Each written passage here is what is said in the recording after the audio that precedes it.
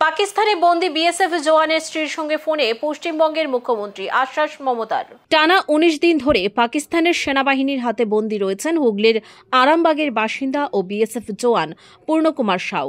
অবশেষে রাজ্য সরকারের তরফে অর্থাৎ পশ্চিমবঙ্গ রাজ্য সরকারের তরফে ভরসা মিলল।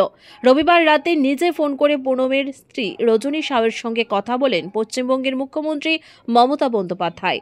পাকিস্তানের হাতে পূর্ণকুমার বন্দী থাকার পর থেকে চরম উদ্বেগে দিন কাটাচ্ছে সাউ পরিবার।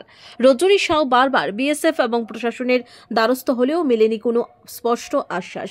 সম্প্রতি তিনি মুখ্যমন্ত্রীর কাছে আবেদন করেন যাতে কেন্দ্রের সঙ্গে সমন্বয় করে তার স্বামীকে ফিরিয়ে আনার ব্যবস্থা করা হয়।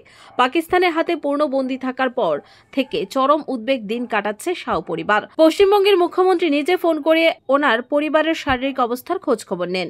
পরিবারে কে কে রয়েছেন সবকিছু জানতে চান। তিনি বললেন, আগামী এক সপ্তাহের মধ্যে পূর্ণকে বাড়ি ফেরানোর প্রয়াস চলছে। এখন আমি অনেকটাই নিশ্চিন্ত।